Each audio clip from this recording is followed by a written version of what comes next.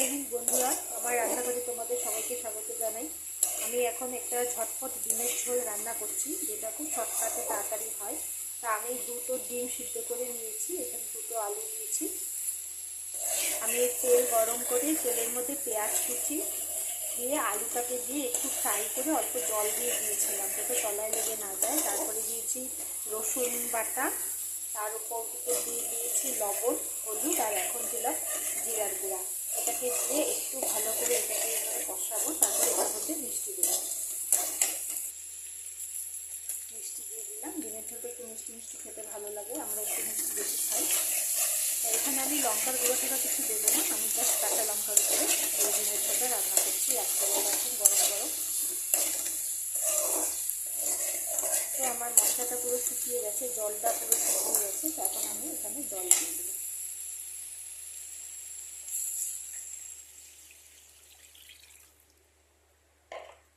বেশি ঝোল ঝোল করবো না, আলুটা যাতে সিদ্ধ হয় সেরকম ঝোল রেখে আমি এখন এটাকে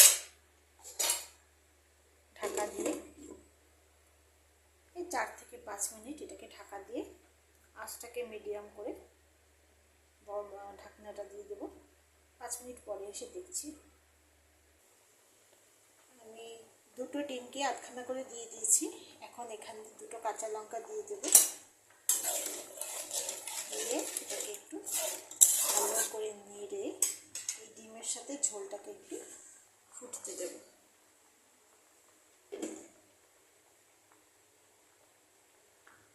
আর 3-4 মিনিট পরে তাকে দেখছি।